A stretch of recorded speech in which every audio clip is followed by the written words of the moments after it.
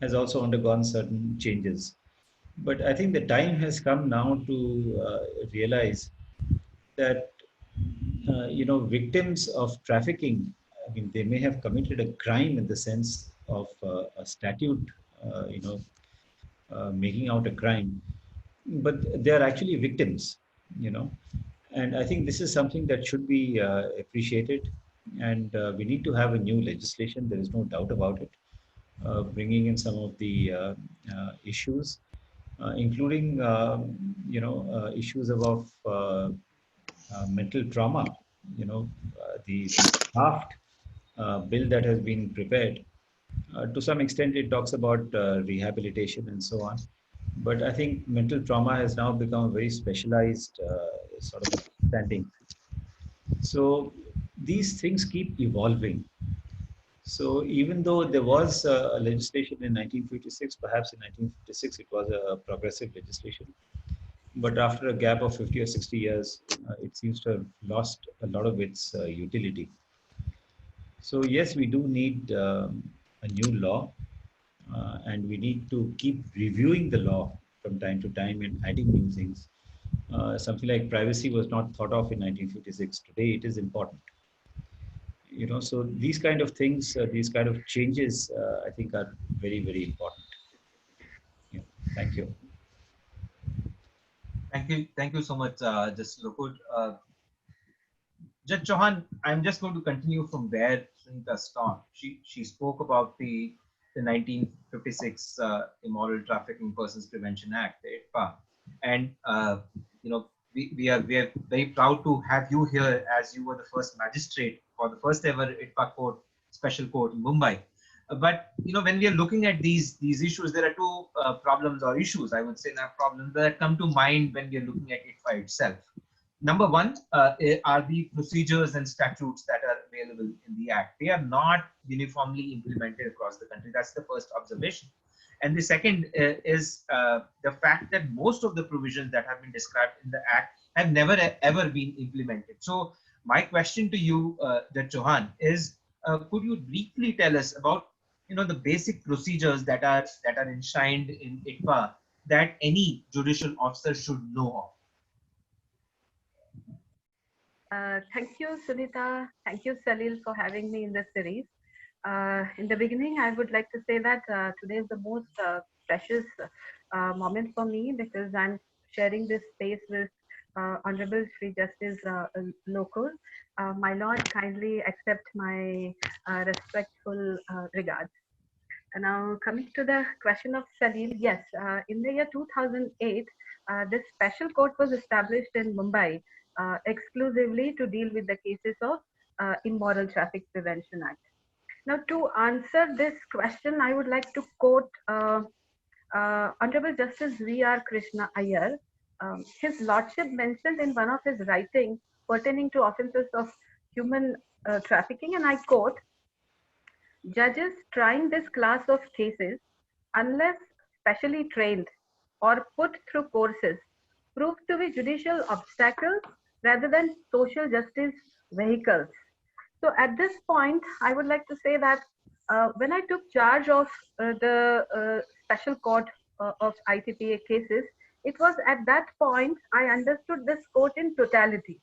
Because as a judge, when you're dealing with cases which are of the category where you are dealing with human rights of some people or exploited people, four things are essential: knowledge, skill, attitude, and resources. So one legislation is there in India, which is Immoral Traffic Prevention Act 1956. It's a special legislation, and how to deal with this legislation, I think knowledge of this legislation is important, but the more important thing is you have to understand the problem. Unless you understand the issue or the problem, it is difficult to apply the law.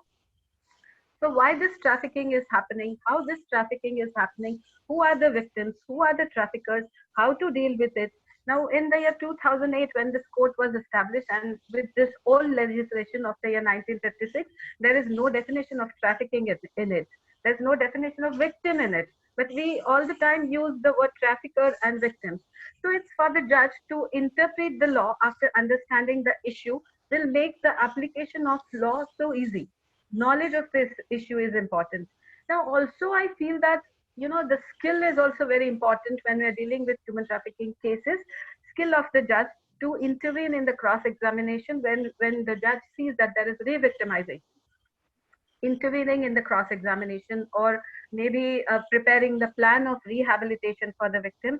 So it is a very maybe very old, but I think very of that time it was very progressive legislation which was talking about rehabilitation of victims in the 1956. So Immoral Traffic Prevention Act is not only of criminalizing the prosecutors, but it is equally is stressing upon rehabilitation of the victim. It is two-way. So dealing with the traffickers or the offenders, and at the same time looking at the victims and acknowledging their rights and restoring the rights of the victim also is the call of this legislation. So there are so many. I think section 17 I would stress upon, because you're asking about the provisions and how to apply. Section 17 is a very sacrosanct provision of this legislation, which talks about how to deal with the victims when the victims are rescued after a raid and are produced before the court. Now, what type of orders are passed? So first thing I would say that all judges present here, all the judges, when they're dealing with the accused, when they are produced in the remand, according to the Criminal Procedure Code, the first question which is required to be asked to the accused, acknowledging the right of the accused, is, do you have any complaint of ill treatment? We never ask this to victims. Never this question is asked to a victim, that do you have any ill treatment? Do you have any complaint? Tell me about it. So this is the legislation which in the special court, when I was dealing with the victims, this is the question I would ask to the victims first. That, do you have any complaint of ill treatment? I'm here. Tell me. We'll do something about it. We'll find some solutions. So I think, though very old legislation, there are some very nice provisions in it, and Section 17 is the sacrosanct provision of this legislation. Judge Chauhan, let me continue the same line of thought. We all know that trauma of a victim subject to commercial sexual exploitation is devastating. It kind of impacts the entire body, mind, and the soul of the victim, and retards her ability to speak the truth. And so much many of the victims are normalized to the experience of being exploited. Is there anything in the law that assists the judicial officer to bring out the truth? Because that is not there in the FIR. That is absolutely not there in the FIR. How do you ensure that what is the true facts of this, of the victimization that the victim has gone through, that comes out? Yes, Sunita. See, this is offense of human trafficking is a very complex thing. It's not that you rescue the victim and she will come and tell you the story. Okay, this happened. I was at this place and I was trafficked by this person, and now what? It's not like that. Sometimes you extend the helping hand to the victims, but they are not ready to take it. It is a very slow process.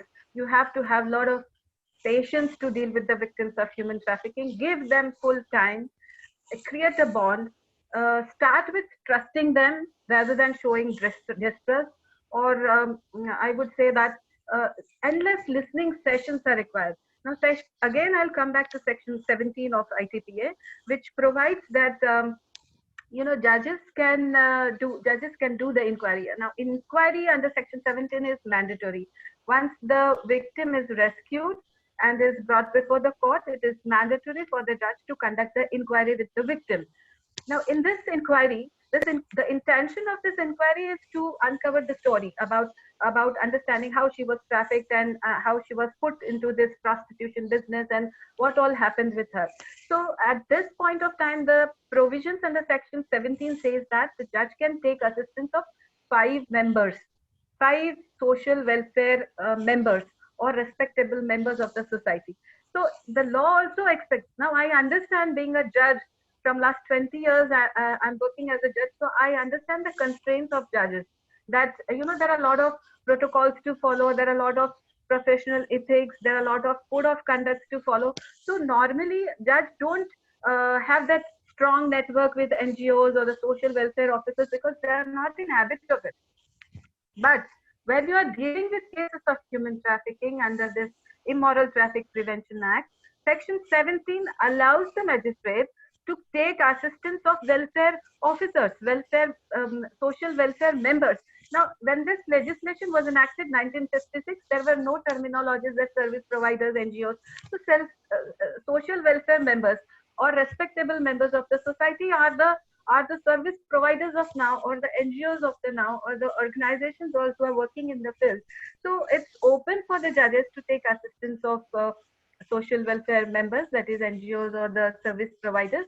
And now see, I was in that court in the year 2008, and my tenure in that court finished in the year 2011, which is almost now 10 years. But I am here because I utilized every single word of this legislation, everything. There are 25 sections, and I don't think that I have never used any of the section of this legislation.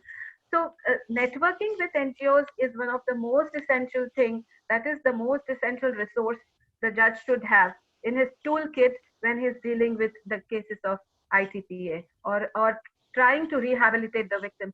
You know, judicial orders of rehabilitation of victims, state don't have that much resources. The judges have to create a network, a healthy bond, a healthy partnership, genuine partnership with genuine NGOs, and then give shape to this rehabilitation orders. Otherwise, it will remain on paper. Rehabilitation will not happen. Thank you so much, Judge Chauhan. You know, you raised several issues that I will be definitely coming back to with the questions back to you. But for the time being, I'm going to go to Justice Lokud. Sir, when Section 370 was introduced in the Criminal Law Amendment Act of 2013, that was the first time that we noticed that the definition of trafficking was actually given to us. But what we've also noticed is that with the addition of Section 370, it has taken cases outside the purview of the Special First Class Magistrates Court to a higher court. And you know, in interactions with activists and others, it has been suggested that perhaps this has also led to a fall in the number of conviction rates in the cases of human trafficking. So my question to you, sir, is what do you think are the reasons for this low conviction rates in human trafficking cases? You see, Salil, I think what Swati said is very important. You know, you have to be alive to the situation. You know, like I had mentioned that between 1956 and today, there have been a lot of changes. So you have to be alive to the situation. Now, certain things which were there in 1950s, 1960s, 1980s and all that, you know, have undergone a change today. Judges have to be equipped, right? So one of the ways of judges getting equipped is, you know, to be in contact with specialists, which could be NGOs. You know, it could be, you know, persons, psychologists or psychiatrists, persons who are mental health experts. The reason is that, you know, trafficking is a very complicated affair, or a very complex affair. Not complicated, but a very complex affair, where there are a large number of people that are involved, right? How they do it, you know, is obviously a very complex sort of a thing. It's not that you just pick up somebody and, you know, take that person to some other place for the purpose of trafficking. So to try and get to the bottom of the problem, you need the assistance of the victim, right? You need the assistance of outsiders, independent outsiders like NGOs, medical professionals, mental health professionals, and so on. Unless you do that and you know, continue in the traditional way of you know, dealing with the criminal case, you will end up with situations where, you know, you look at the whole problem in a narrow compass, and you have no option but to acquit the person, right? It could be one person, it could be a group of persons. So really, if the conviction rate has to improve, you will need the assistance of many people. You will need the assistance of prosecutors. You will need the assistance of the police. all of them will need to be trained. It's not that one day I just suddenly become a prosecutor for the state and say, all right, I'm going to start doing trafficking, anti-trafficking cases. It's not so simple. Similarly, an NGO which has just come up yesterday or day before yesterday can say, all right, we are doing a lot of work on anti-human trafficking. They don't have the expertise. So it's a combination of factors which has led to a decline in the conviction rate. And all the stakeholders, in whatever capacity they are involved, once they get involved in the actual process of finding out, investigating, and prosecuting, I think you will find it much easier for the judge, provided the judge is alive to what is happening in society. And I'm sure through that process, you can get a higher conviction rate. Justice Lokur, I will continue that thought. Yeah. The lay person's understanding, and sometimes even we as civil society organization end up feeling that the courts are more accused friendly. Somehow it appears that the accused have more rights than the victim, and it is so difficult to even to convince the court that here is a person who's completely violated and she's lost all rights, and please give her the basic minimum. If that is true, if this lay perception is true, how do you think we can make our courts more victim friendly without impinging on the rights of the accused? Yeah, you see, Sunita, I think once you accept the basic principle that a person is innocent until proved guilty, right? You have to start with that presumption in favor of the accused person. That's where what Swati said becomes important. How do you come to the conclusion that the person who is before you, even though he's presumed to be innocent, and there is evidence to show that a crime has been committed, how do you prove that crime? How do you then find out if that person is guilty and then convict that person?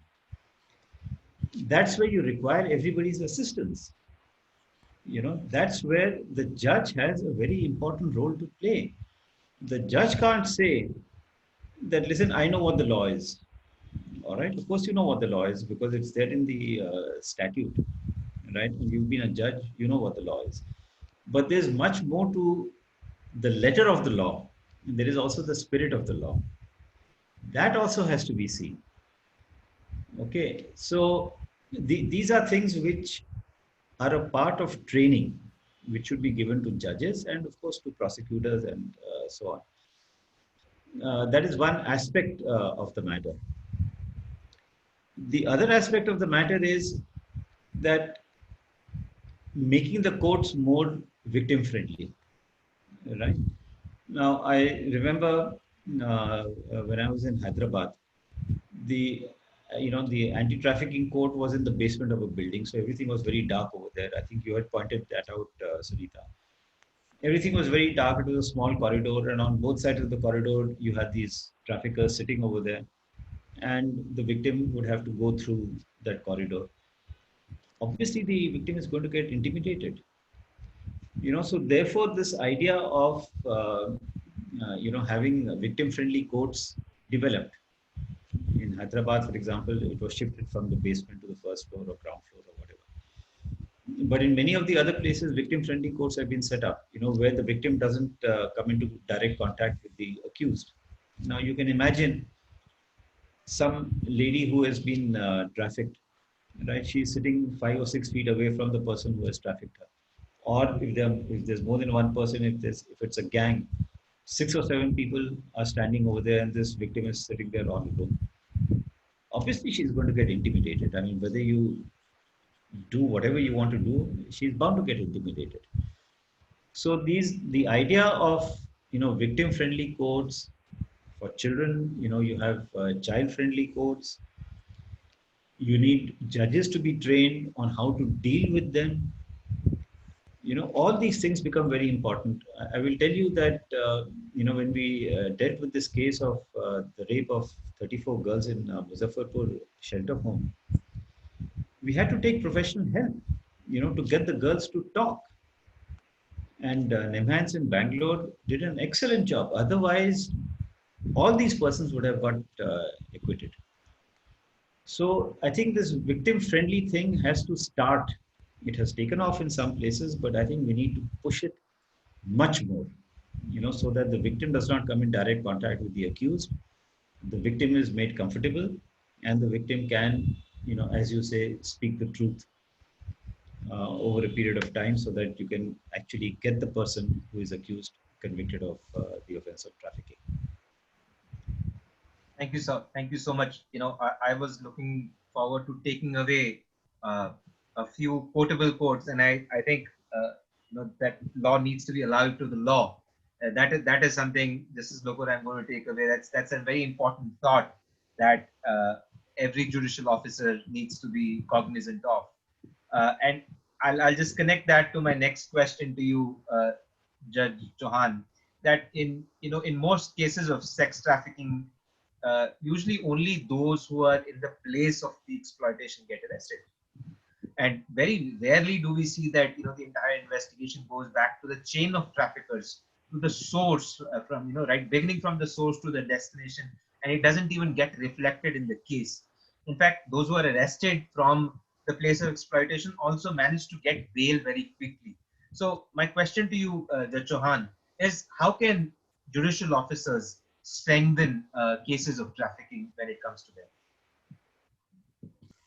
Right. As a judge of special court, I remember that there was no charge sheet against trafficker. It was charge sheet against brothel keeper, then the financer or the pimp or any other agent, but never ever came a charge sheet against trafficker. One of the reason was there was no mention of trafficker in ITPA. Maybe that is why, or maybe the trafficker, as you said, that the investigation, the rescue happens at a brothel, and then at that point of time, trafficker is not there. So he is always exempted. So the investigation starts from the point of the raid or the rescue process, which took place at a dance bar or maybe at any place which is brothel. So I never came across any cases where the trafficker was charge sheeted. So that is sad part of it. Now after 370, maybe now 370, there are a lot of issues because 370 came after my assignment in the special court was over. But I understand that after section 370 came in IPC, all the cases of immoral traffic act sort of became redundant in the special court, because once 370 is added, the court will go to the case will go to the sessions court, I believe. So that is the technical thing. I think traffickers were never arrested. I would like to just going back to the victim friendly thing. Can I add a point here? I mean, how to make victim friendly court ambience. There's a small anecdote which I would like to share here. Please, ma'am. Yeah. So it so happened that I was the magistrate in the special court, and as you said that aesthetic victim-friendly court requires political will and a lot of other things. But as a magistrate, I used to create victim-friendly ambience by keeping little things in my decks in my chamber. Like when a victim is coming, a woman, normally when a woman comes, you have to presume that she may come with a child. So then, little color pencils or some chocolates or some little toys. I mean, not toys practically, but little things like keychain or something. So when I'm doing inquiry with the mother, and if she is accompanied by a child, I would make that child sit beside her and then give all these accessories to the child so that I can, and this creates a bond between me and the victim. Once I offer a chocolate or a candy to the child, the victim reposes trust in me that, okay, this lady is compassionate. And other thing which I used to do for the victim friendly ambience was when I used to do in camera inquiry. The moment the victim comes into my chamber, I would offer her a seat. I mean, when I'm doing inquiry, she's not standing, she's sitting in front of me. So that was sort of, created a bond between me and the victim. So what was required was to make her comfortable with what all resources I had. in one case, I remember there was a girl of around 19 years, and I was a rescue was there, and around 6, 7 girls were rescued. And when I was asking their names, this girl was little shy and hiding behind another girl. And finally, when I asked her to come forward and speak to me, she closed her mouth and then answered all the questions. So I asked her, "You remove your hand. Why are you covering your mouth?" And then she removed her hand. And I could see that one tooth was missing, and that was creating sort of very embarrassing situation for a young girl of not having one tooth.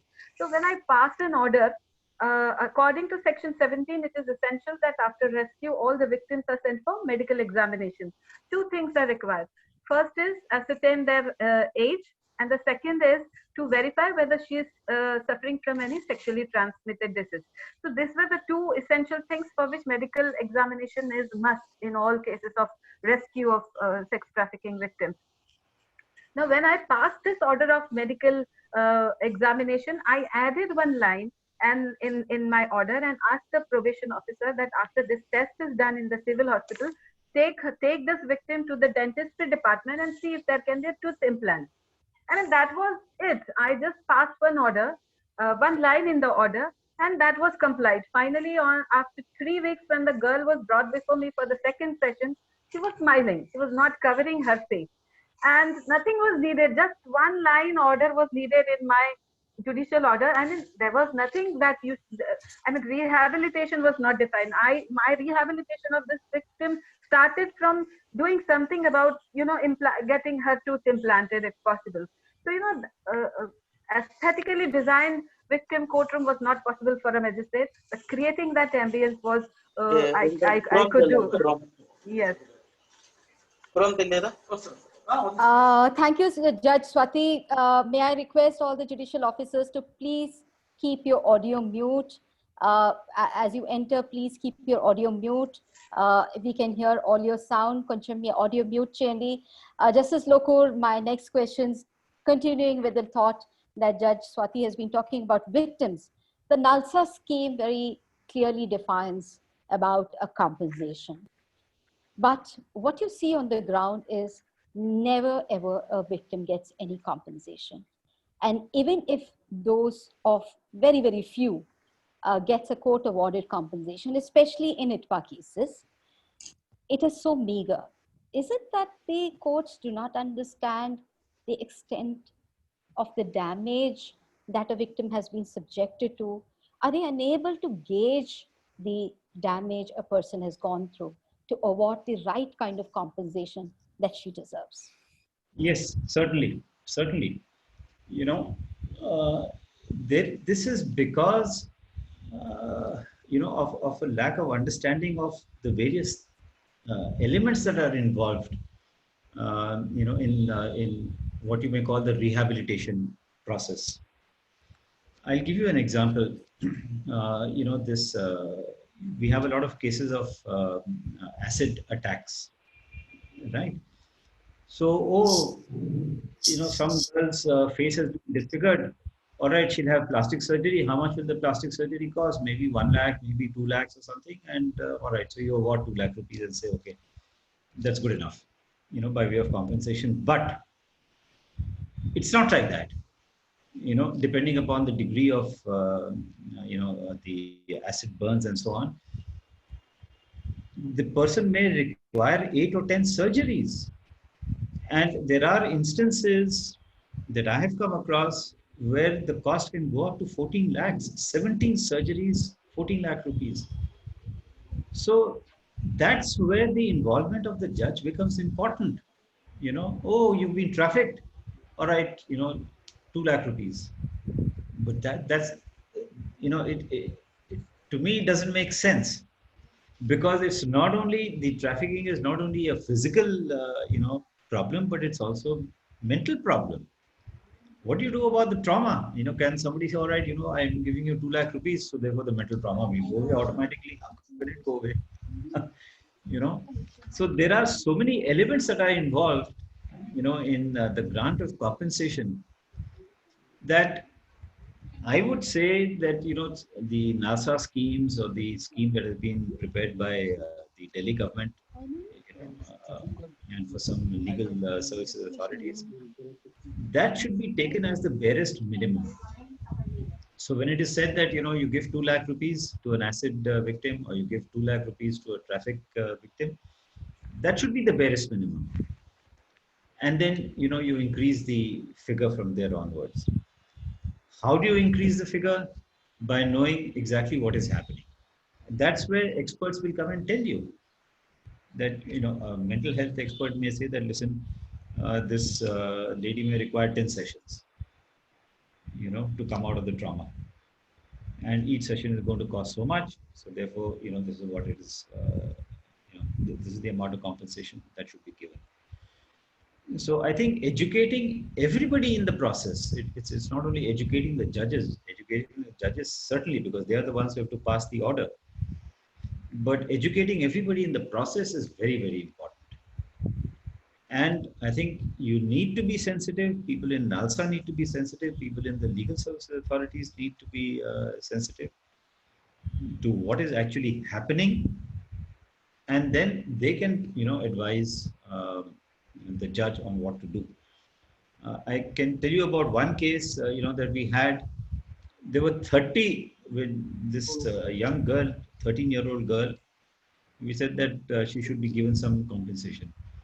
Member Secretary of the State Legal Services Authority came and said, there are already 30 applications pending before me. She's 31.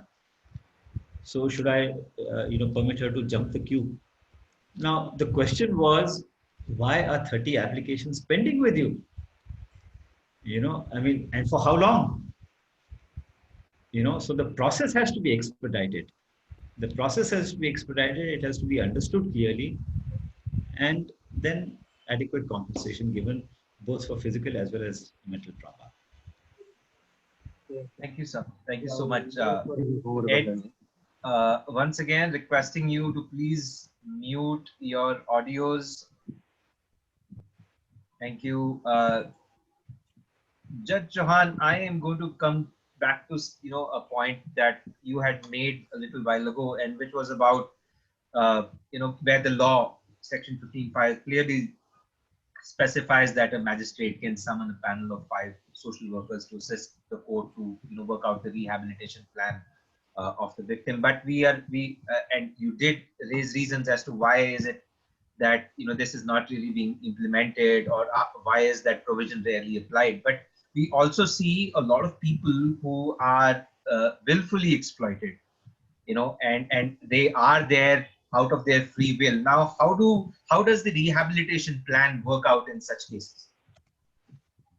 Yeah, this is very difficult situation, because in the first meeting after the rescue, the victim always says that I'm doing this with my consent. So there were, again, in that time, there was no definition of consent. And the general understanding is there are a lot of myths around prostitution. One of the myths is prostitution is necessary evil. And the other thing is, those who are doing with consent, they don't require any assistance, or they don't require to be rescued. So coming out of this understanding is very important. That is what I said while answering the first question, that knowledge about the issue is extremely important to implement the law in a correct way. So coming to consent, now we have section 370 and in it there is a clause which defines the consent and says that consent as far as victim of trafficking are concerned is immaterial. But that time the position was not the same. So it was very difficult, when dealing with such cases where the victim said that I am doing this with consent. But you have to understand that that is what is taught to them to say in the court. There are a lot of apprehensions created for them, that if you say that if you are a victim, or you are not doing this with consent, you will be detained in shelter home, you will be sent to jail. So this is all the feedback which is given to them, which is imprinted in their minds when they are at brothels. So, and they have a lot of distrust developed in their personalities. So when you talk to them and try to, she's become mute. Ma'am, you muted. Can you unmute yourself? Swati, your mic is off. Swati, you have muted Yeah, yourself. yeah, now it's fine. No, no, no. Now it's okay? Yes. Okay. Yeah. So the issue of consent, it's not that in the first date of hearing, you will be able to, understand why she is saying so, but it takes a lot of patience and assistance of, say, probation officer or NGOs, those who are helping the probation officers in the inquiry or in the rehabilitation plan, will gradually create a trust for the victim to come and say that what all happened with her, and why she said that she's doing this with her consent. I can very quickly tell you about a case where a girl of about 18 years was charge sheeted for offense under section 8 of ICPA. 8 is soliciting and seducing at a public place. So when this girl was brought, I saw the medical age verification report, and which said that 18, 19 years. So with this margin, she could have been 17 and some 8, 9 months old, which would make her a minor. And when I interacted with her, I came to know, and the first answer, "Aapne mujhe pakda kyun hai? I am doing this with my consent. Why have you arrested me? There's no force. I am doing this voluntarily. It is my wish. It is my consent to do prostitution." A young girl of 18 years saying this was very difficult for me to digest. So I said, okay, it's consent. Okay, I agree that you are doing this with consent, but let's have some talk about this. So gradually, in the first and the second and third meeting, she finally could tell the story that she was from another state, and she initially came to Mumbai for working in a beauty parlor. But then finally she realized that the person who has brought her to Mumbai for working in beauty parlor was a trafficker and has pushed her to a brothel. And now in the brothel, when this child was there in the brothel, she could see what was happening in the brothel. This child was little, I would say, strong and strong-headed child and bold. She took a decision. This child of very tender age took a decision that I don't want to be bitten by these brothel keepers like this. Instead, those who are doing prostitution are given lipsticks, are given flowers, are given good dresses, saris. So it's good for me to accept this instead of getting exploited, abused, beaten, assaulted, tortured. I would accept this. And then she started working for the brothel keeper, and the brothel keeper would dress her up nicely and would send her at a public place to seduce and bring customers to the brothel. So it was second, third, fourth meeting that the child said that this all happened with me. I did not come to become a prostitute, which is the word I don't like to use, but that is what she said. And because I came here to work in a beauty parlor, but because I was trapped, there was no help, and I don't want to get exploited or beaten by the brothel keeper. I said yes to this, and I started doing this. So it was not in the first initial rescue, after rescue inquiry, the story came out. It came out gradually. So it's now it's little easier with explanation of section 370 that consent of victim of human trafficking is immaterial. But that time it was a little difficult, and it used to take 2-3 sessions to understand the real story of the victim as to why she's saying so, that this is with my consent. And consent of minor is no consent. Sometimes 16-17-year-old girls are rescued and they come to the court and say, I'm doing this with my consent. But consent of minor is no consent in such matters. They have to be treated as victims. Thank you, Judge Swati. Just for all the officers who are listening to this conversation, I just wanted to say End Trafficking series is a series of 6 weeks conversation with different stakeholders. Today, we are talking about the court, the criminal justice system, the judiciary. The last week, we spoke with civil society organization about shelter homes and bad shelter homes, poor standards of care and things like that. Coming week, we will be speaking to 3 Supercop. Continuing the conversation, Justice Loku. For all of us, the courts are the end all, the most powerful. You are the last resort for all of us. But very few of us outside really understand the limitations under which a judicial officers function. Could you speak a little about the limitations and the challenges a judicial officer goes through and how he or she can circumvent it? Okay, I think maybe Swati can answer that much better, but the impression that I have, let me tell you, is that the judicial officers, to my mind, are overworked. Right, that is number one.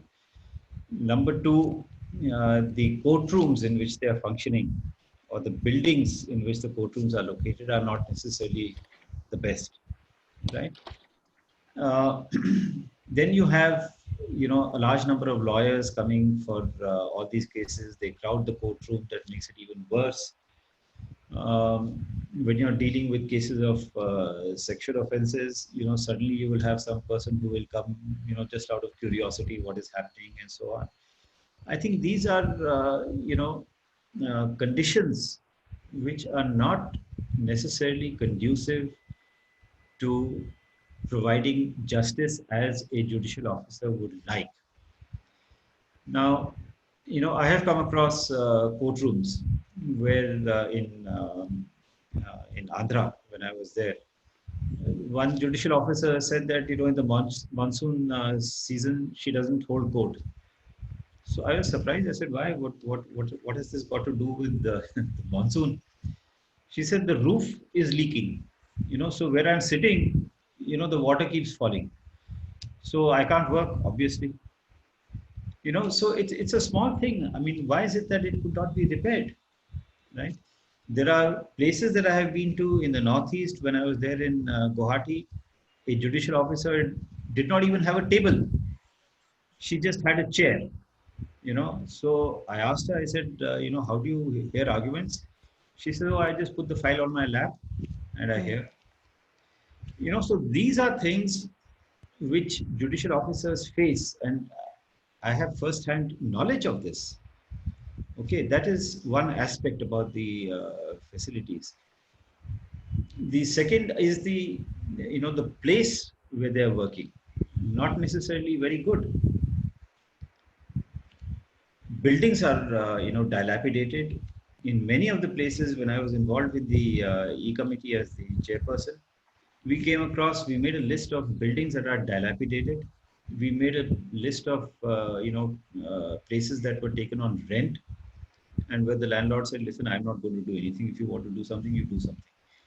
There are hundreds of such courtrooms and buildings.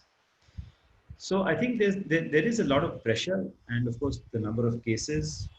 There are requirements from the High Court that you have to dispose of a particular number of cases. So the conditions of the judicial officers definitely need improvement.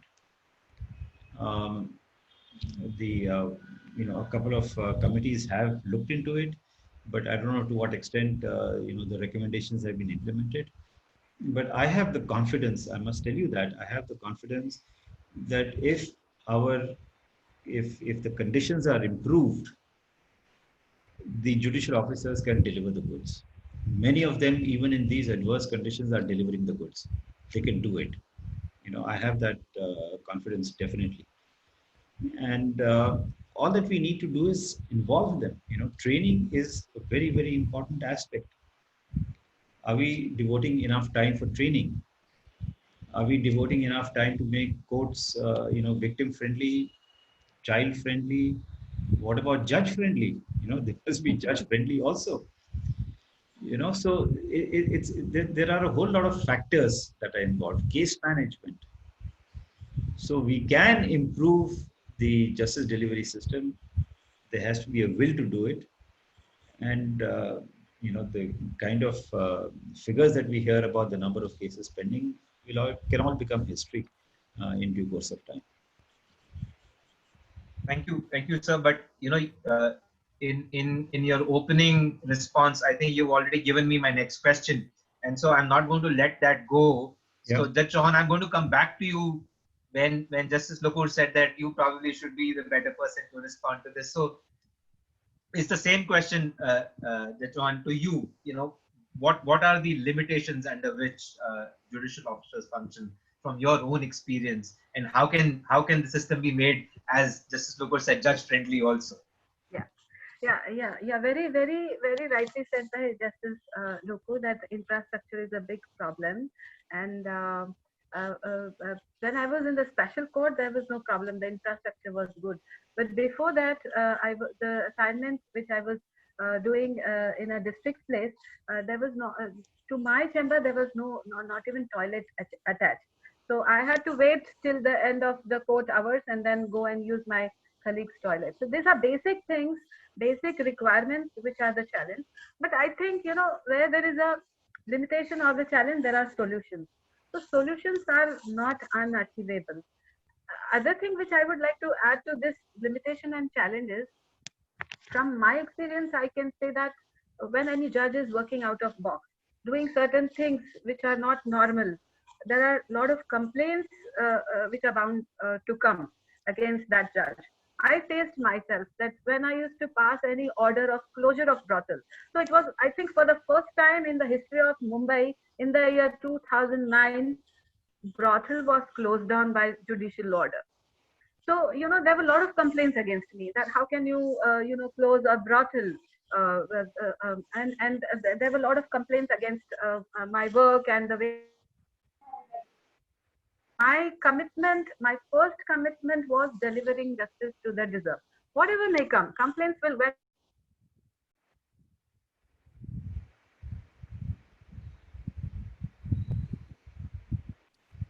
Swati ji? I think her link has gone. Swati's link has gone. Yeah, can I just Sir, if you may also add in your response, sir, the limitation in justice delivery for all the judicial officers. Yeah, sure. When Swati had mentioned about the lack of a toilet, I remember when I was in Guwahati, we had organized a program and there was one judicial officer who was very popular. Everybody would come and say hello to him and so on. So I thought maybe they have some association and he's the president of the association or something. So I asked him, I said, why is this judicial officer so popular? They told me that his house was quite close to the court building, right? And the court building didn't have a toilet. Can you imagine?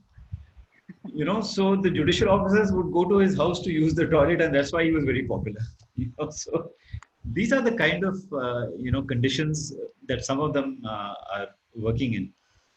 But yes, for the purpose of improving justice delivery, I think a lot has been done under the e-courts project of providing judicial officers with computers and so on, video conferencing facilities.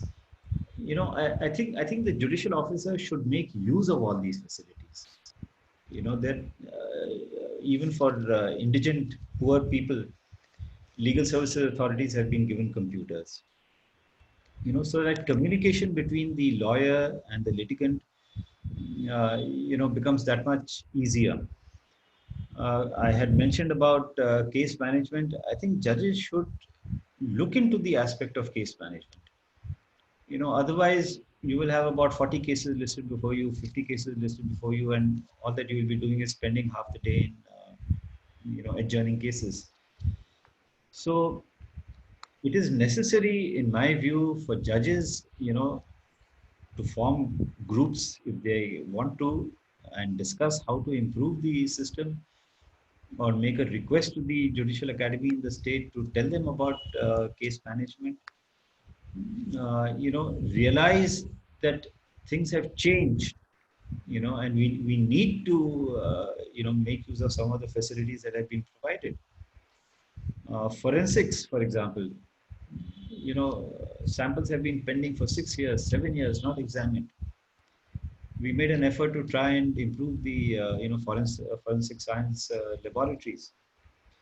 So there are a whole host of, measures that can be taken to improve justice delivery.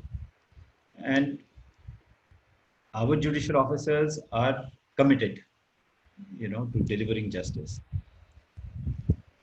But that commitment cannot get reflected unless, you have the facilities. unless you have the techniques, unless you have the skills, unless you have the aptitude. That can only come through training, through dialogue, and try and improve the system as best as you can in whatever limitation, in whatever limited manner that you can. But there is a huge amount of scope, and it's possible. The changes are possible.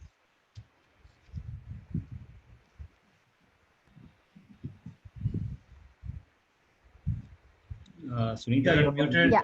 So let me be a little more direct now and make it more specifically directed to you itself. In cases where the investigation is completely botched up, Yeah. the victims were not represented, the defense was very strong, but you knew there was abuse, what would you do? At the stage of trial, At the stage of trial, at the stage of the entire case, the entire process. yeah, you see, at the stage of investigation, there are two or three things. One is the Supreme Court has said very clearly that nobody can interfere in investigation, right? So, but Section 156(3) of the CRPC does permit a magistrate, if a complaint is made by the victim, that listen, the investigation is going, in a direction where it should not be going. The magistrate can certainly look into it and say that, listen, you please come onto the right track. You're the offenses of rape, and you're trying to look at murder. So please come to the right track. That is one remedy that is available at the stage of investigation. The second remedy, in my view, that is available at the stage of investigation is for the victim to approach the High Court and say that, listen, the investigation is going on in a wrong direction. So please monitor the investigation to see that it goes in the right direction. Now, if you remember, in the 1990s, late 1990s, when there was this Jain Hawala case that was going on, the allegations were that a lot of, very highly placed politicians were involved in this Hawala racket. The Supreme Court was apprehensive that, well, the investigation may take a different turn altogether. So the Supreme Court said, we will monitor the investigation. They did not interfere in the investigation. They just made sure that the investigating officer does not go off track. So in some of these cases, we had done that in the coal scam also, because there were a lot of important people involved. We said that, all right, we will monitor the CBI investigations. We will monitor the Enforcement Directorate investigations so that they don't go off track. So at the stage of investigation, the victim or the aggrieved person has remedies, right, under the constitutional powers of the High Court and Supreme Court, and under the CRPC 156(3). At the stage of trial, I think it's a bit of a complicated affair. There has been an instance, I know, in Delhi where the judge, at the end of the arguments while writing the judgment, he said, I know this person is guilty, but there is no evidence to find him guilty, right? So there it becomes a bit of a problem. What can the judge do when the investigation is over, when the charge sheet has been filed? I'm not sure whether there is any remedy that is available. It may require some, amendment. It may require some amendment in the law, to bring this change. Miss Anita Miss Anita Karkula, please mute your mic. Please mute your mic. Please, Miss Anita Kurkula, please mute your mic. We can go on. Yeah. So an amendment, I think, would be required in the law, but there are any number of judgments that are available where the investigation has been shoddy, where the investigating officer has been criticized. I don't know. I think it's time for all of us to think about it. and do something, at the stage of trial. Thank you, sir. Judge Chauhan, my question is to you. I am somebody who is a complete layman when it comes to law. I've read up a lot. I've heard so many anecdotes from Sunita, over the period of preparing for these series, how she jumped into, literally like we see jumping into the well of the parliament where one of our parliamentarians goes in and asks questions. She's done that herself in front of courtrooms, and I'm glad that she did not get convicted for her behavior in court. But then just leaving that aside, we learn a lot about law, or the way it is put on television and movies and others, and we have seen often in television and movies how the prosecution is sometimes complicit with and witnesses are won over and bought over. From your experience, years of experience of having dealt with cases, Chauhan, have you come across such instances? And when you come across such instances, how did you respond? What did you do? Ma'am, you're muted, I think. Thank you. Swati ji, ma'am, you have two questions there. One is, how do you deal with well-meaning people like Sunita Krishnan and XYZ who do not understand the court procedures, just jump into? How do you deal with well-meaning people like me and many others? And or if I can put it, people who have their hearts in the right places, but don't really understand court procedures, but still want to be there and are seeking justice for people who can't really get there. And the second question, I think, is if you know that the prosecution has been complicit, the witnesses have been won over, what would you do? It's a combined question. Now I will answer the second question first, as to if I feel that the prosecution witnesses are win over, then what I will do. Now, there was a situation when I came across certain cases where, the punch witnesses used by the special police officer was the same. I mean, there were about 10-20 cases where the punch witness, which was taken by the special police officer for rescue operation, was the same person. And he used to be very manipulative. I mean, it was his choice to support the prosecution case or not to support the prosecution case. His body language, his gestures would, make me little uncomfortable and sort of angry that he is manipulating the case, because he used to decide, I have to support this case. He used to decide, I don't want to support this case because of some winning over that witness.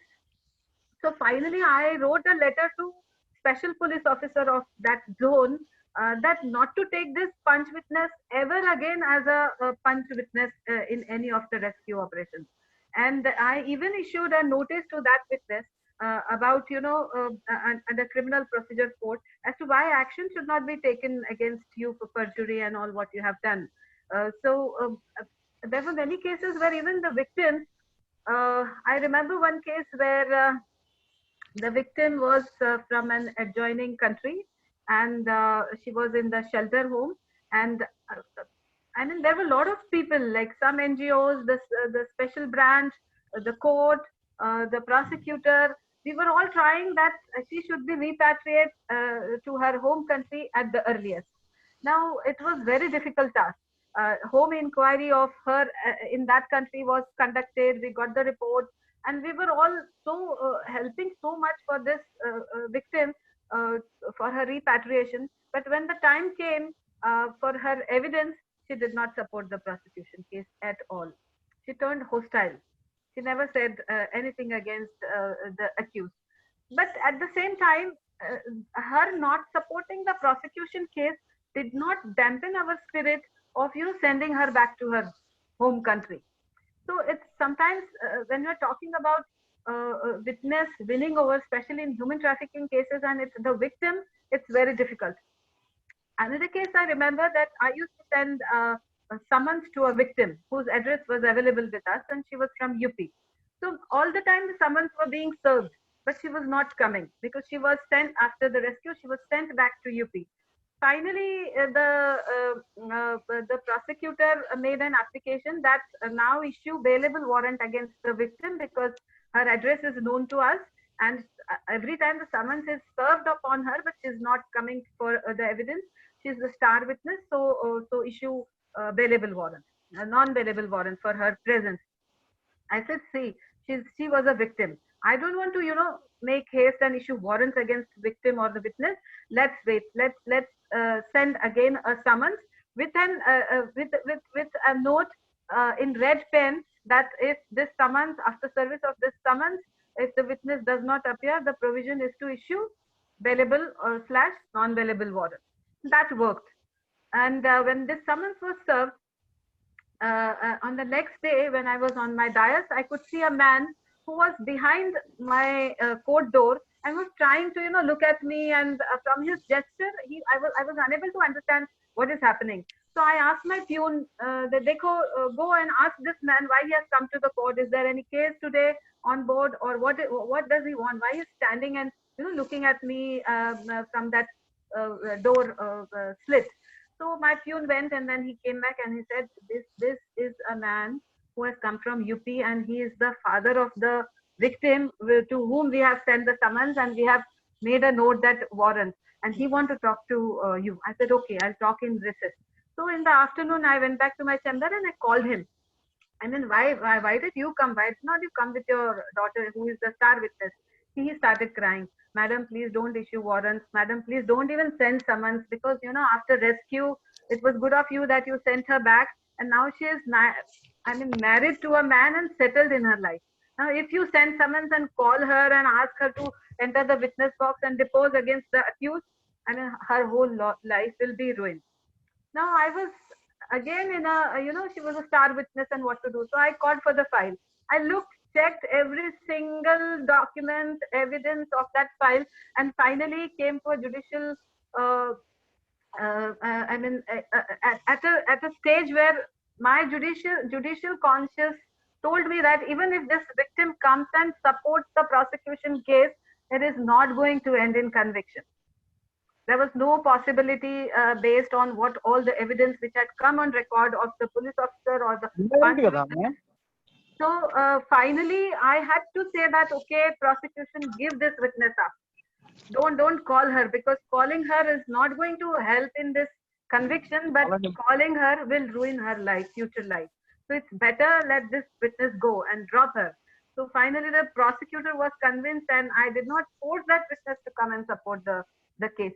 So, as Justice Lokur said, that this is very complex and very critical issue, and it has to be dealt with a human right approach attitude. All the time it's not that evidence, you want evidence and you want a judgment. Yes, conviction is important, but at the same time it is very important that the victim's life and the rehabilitation is not ruined because you want certain evidence available for judgment, which is not going to yield anything productive.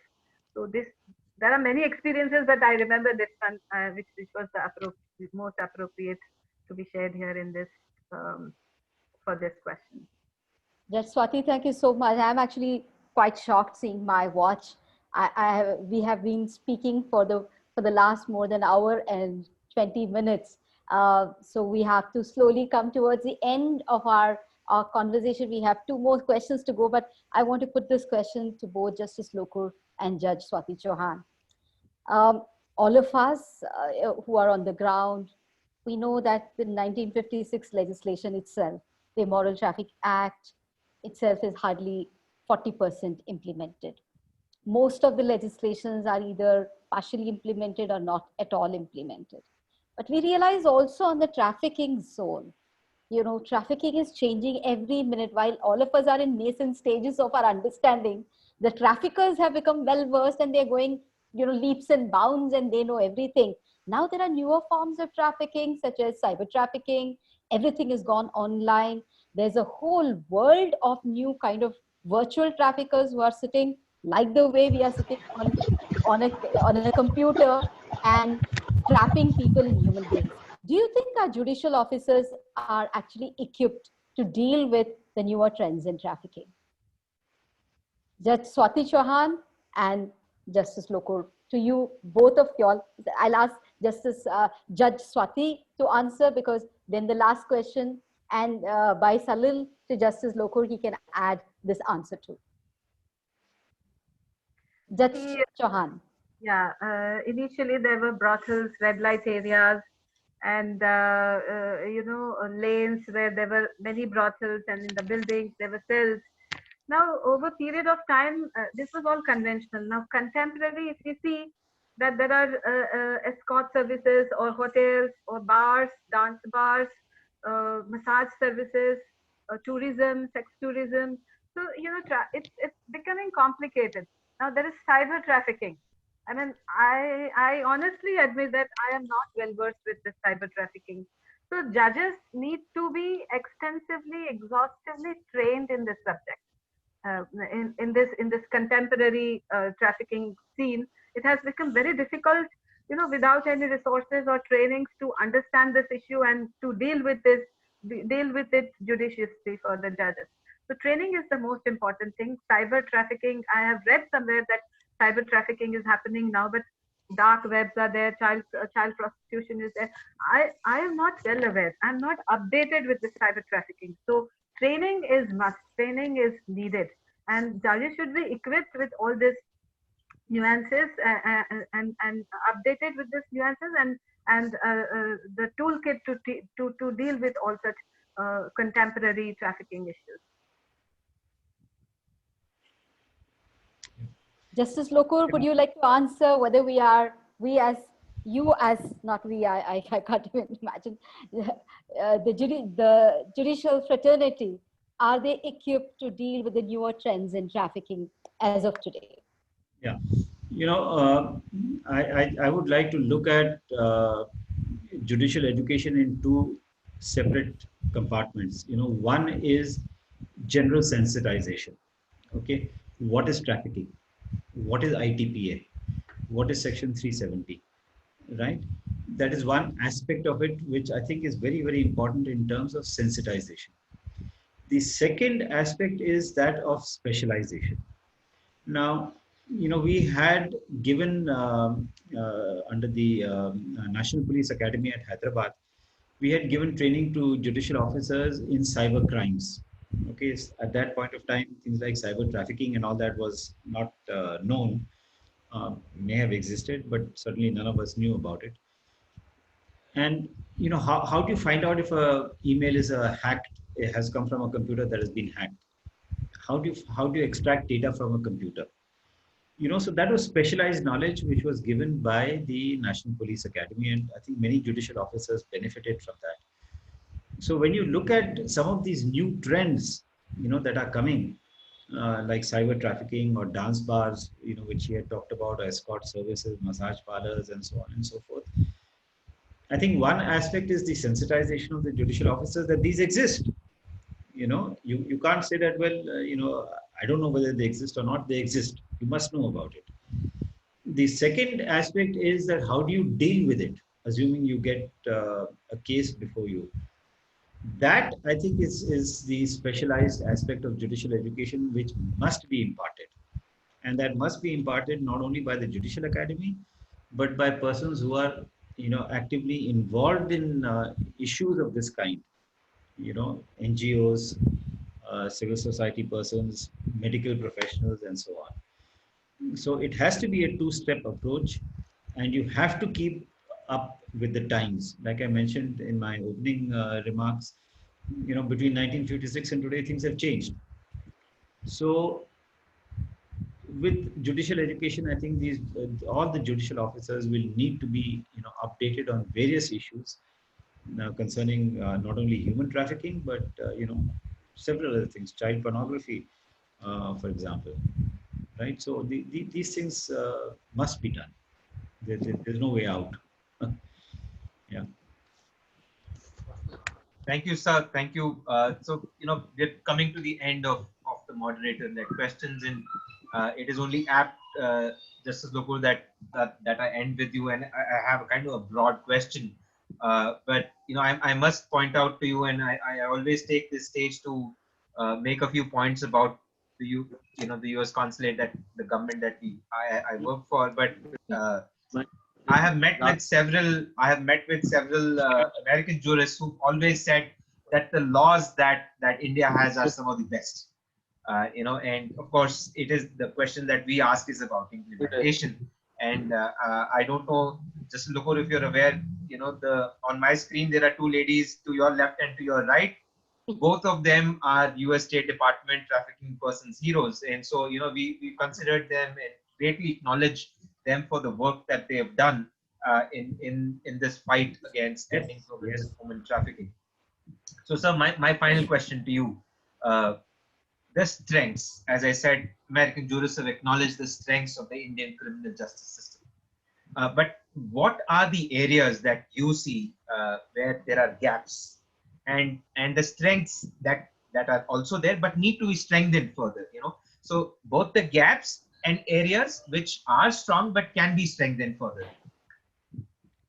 Okay, the areas where you have gaps are the very large number of cases, right? And like I said earlier, this is because of a lack of case management. I think that's an area that needs to be attended to. One of the strengths that we have is that our trials are by and large fair, right? The judges give adequate time to the prosecution, they give adequate time to the defense also. To both sides they're given. I would like our criminal justice system to give more time to the victims of crime. I think we need to realize that victims have an equal number of rights, and they need to be cared for as much as the rights of the accused or the rights of anybody else. That is one area where I think, again, we are lacking. Delays. I mean, everybody talks about huge delays, 20 years, 30 years for some criminal cases. That's a problem which I believe can be solved through the use of technology and through the use of case management. The strengths, like I said, is a fair trial. Okay, you will have aberrations, of course, where the victims are or the witnesses are bought over and all that, but by and large, the trials are fair. The lawyers, I think, are committed, but I think legal aid is an area that needs to be strengthened. Okay, because not everybody can afford, like Sunita was saying, the defense is very strong. Okay, the defense is usually very strong, but you have to look after the rights of the victims also, and that's where the prosecution needs to be strengthened. That's where legal aid needs to be strengthened so that the victim gets adequate representation. I think these are, very broadly some of the areas where we need to look at. I'm quite satisfied with the manner in which trials are conducted, except for these aberrations that you get. Improving the conditions of judicial officers in courts, and in terms of staff, many of them don't have adequate staff. Translation is a huge problem. A person who's been, I had this experience, two girls had been trafficked in Delhi. They spoke only Bengali. The judge didn't know Bengali. And, one person came, he said, I'm the father of the girl, and he wanted to take her away. The judge passed an order. But as luck would have it, there was one NGO, one lady from an NGO, she was there. She heard this girl speak Bengali, so she went and talked to her and asked her what is going on. And she said, this is the guy who has trafficked me. He's not my father. He's the trafficker. So, I was sent an email, and on the basis of that email, I brought it to the notice of the district judge, and that girl was not given to the trafficker. Language is also a problem. So there are a large number of areas that need to be looked into. Yeah. Thank you so much, sir. I think we are close to the end, and trafficking is the second largest organized crime in the world, next to drugs and arms. 2 million and more women and children in India get trafficked. Most of them never get justice. The criminal justice system is a crucial part of justice delivery. And today we have tried to understand where we are going wrong and what could be done with the existing limitations. I see the questions on the chat box, and I see that most of the questions were already answered by our esteemed panelists. But I still would like to take two questions, which I think has not been adequately answered from the chat box. Dilip Kumar Satpati ji has asked, and Justice Judge Swati, I put this question before you because I think this is a question that many others would have. How to prove the giving or receiving of payment or benefits for sexual exploitation as a judge? How do we take a call that a payment was given or received in an offense of sexual exploitation? Again, this is very difficult to prove in court.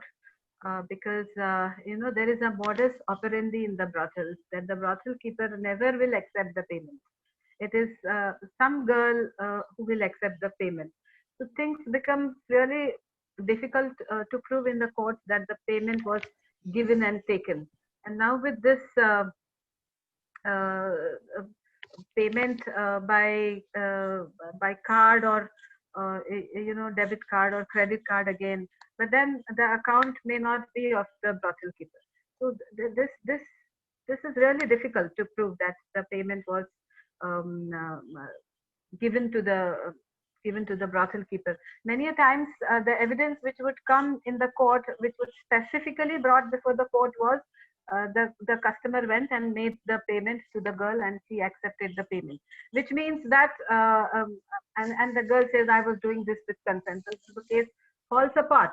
But then again, it is the inquiry of the victim, the report of the confidential report of the probation officer, which is prepared by interaction with the victim at the shelter home, will give an insight as to exactly what has happened in the brothel. So it is prosecution has to be very vigilant and updated about this and bring the proper and the substantive and the qualitative evidence before the court about this transaction. The commercialization of sexual service is the ingredient which needs to be proved, and if it is not proved, again the case collapse. So this is very important aspect, and a strong prosecution and the strong statement or inquiry of the victim at the shelter home will give an insight, and that will help the judge to come to a conclusion in this regard. I think this is what the question was asked. Yes. Thank you, Judge Swati. Thank you so much. So the last question to Justice Lokur, and I think that's the last for this conversation today. This is from a prosecutor from Kerala who is on the audience. And I'm adding a little masala to his question because that's a question that I also want to ask. All the survivors, and Justice Lokur, you have met several of them, even during the World Day Against Trafficking in Persons. You have interacted with them. You have interacted with survivors in our own spaces. Stigma and discrimination is one thing that every survivor goes through outside the court. Yeah. Also, the judicial officers come from the same society that stigmatizes these victims.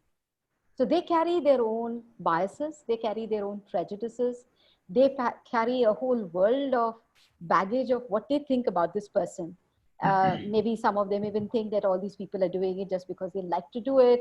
This is easy money, this is shortcut. And in such a kind of situation, how do we even envisage a victim-friendly, at least the courts, if not the world outside? Yes, Sunita, that's a very troubling question. I think society has to be sensitized. Judges have to be sensitized. A lady who has been raped, for example, it's not her fault that she's been raped. She's a victim. Why should the victim be stigmatized instead of the person who has raped her? So these are things which very often, we don't seem to realize. I know that in 2006, 2007 in Delhi, when I was a judge in the Delhi High Court, this is one of the problems that we had to face. That, these girls who were picked up from the brothel, for example, they were being prosecuted, right? Those two girls I mentioned about who spoke only Bengali, they were being prosecuted. We had to tell the judges that, listen, they are victims. Why are you prosecuting the victims? You're prosecuting the wrong person. You have to prosecute the person who has done the crime, not the person who is the victim of a crime. So, this sensitization, I think, is very, very important, in all aspects, whether we are talking about trafficking, whether we are talking about, gender bias, whether we're talking about, caste or whatever. I think that sensitization is absolutely important. And unless we are able to get over that, problem, that stigma will remain. Oh, this girl has been raped, but it's not her fault that she's been raped. I mean, she didn't tell that person, why, come and rape me. I think judges have to realize that first, because they're the ones who are dealing with the case. Society also has to realize it, and that they're a part of society. And unless we change, unless all of us change, things like this will continue. So, Justice Lokur, we were intending to close, but there's an avalanche of questions. So we will take one more question. Well, this is a very pertinent question. It has come from Dr. Srinivas Reddy, who is the additional district judge from Karimnagar, and he says legal aid to the poor should not mean poor legal aid. Right. What steps are taken to provide legal aid by engaging senior advocates?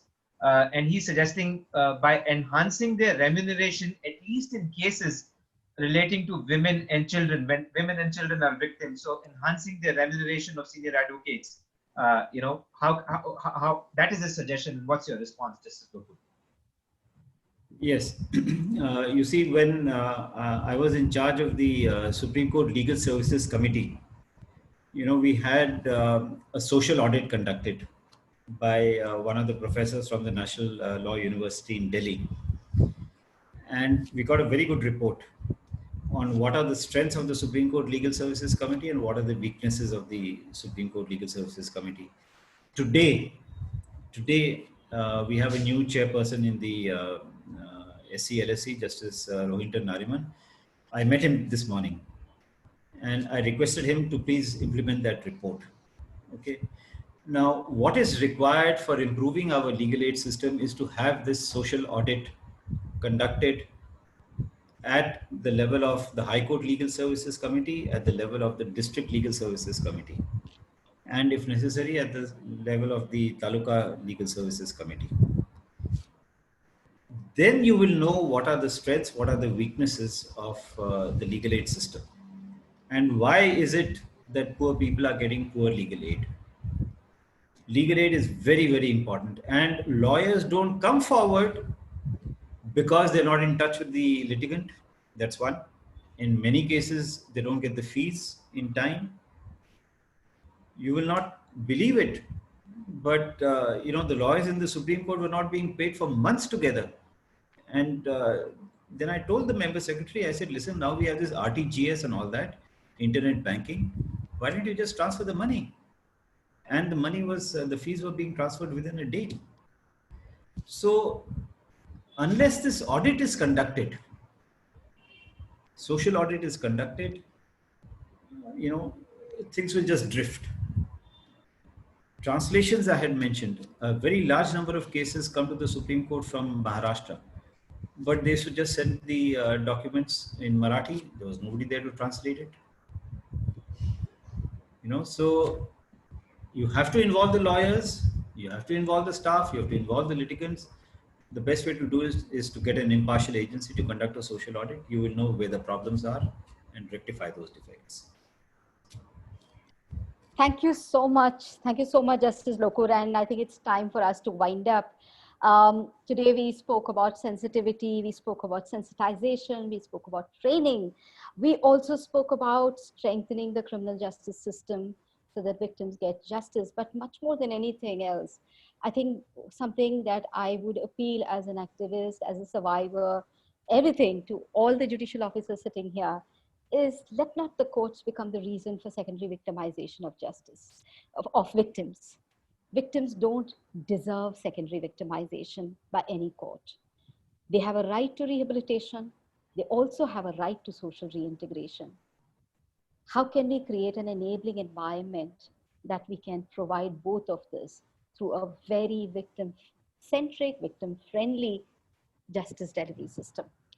Today, as we conclude, may I express my heartfelt gratitude to Justice Madan B. Lokur and Judge Swati Chauhan for just being there for us. Meaning, when I asked Justice Lokur to join us in this panel, I don't think he even paused for a second. He just said yes. So thank you so much. For us, it means what you stand for in terms of how you have been a beacon of hope for each of our civil society organization and civil society at large, as somebody who epitomizes hope in the system. Thank you so much for being part of this conversation. And I'm sure each of your word has become an inspiring note for all the judicial officers listening to this conversation. Thank you, Judge Swati Chauhan. You've been a friend. I have had the honor of working with you. It is with you that we explored innovation. You were the first one to allow us video conferencing to record the evidence of a victim from Hyderabad to Mumbai. Thank you so much for what you have bared to thousands of victims that I know directly who have benefited from your intervention. Thank you so much for being part of this conversation. I would like to thank all the Registrar Generals, Bhanumati Ma'am, Venkateshwar Reddy Garu, and Malaidas ji, who have facilitated the presence of so many judicial officers in this program. To all the judicial officers, I hope this particular conversation was useful for you. You have taken a time out from after your court hours today to join us for this conversation. Thank you so much for joining us. I want to thank my team, Salil, my co-moderator, as usual, ever ready to be part of these very, very unique and very compelling conversation. Swasti Rana and Nitin, who are working back end today to ensure that all the technology and all the questions were put together. This is an ongoing series, End Trafficking series, which we are calling it as Reality Check. Next week on Reality Check 3, we have 3 super cops. And to them, we will ask all the questions that we missed out today. There was a question here that said, when the traffickers are in connivance with the law enforcement, what do we do? These are the questions that we will be talking in Reality Check 3. And I would very strongly encourage all the judicial officers who have joined today for today's conversation also to join back next week at 4:30 p.m. on Reality Check 3 to ensure that we send you personalized invitations. Please leave your email ID on the chat box so that 1, we register your presence in this conversation, but 2, we also send you the Zoom link for the next week's conversation. Thank you so much.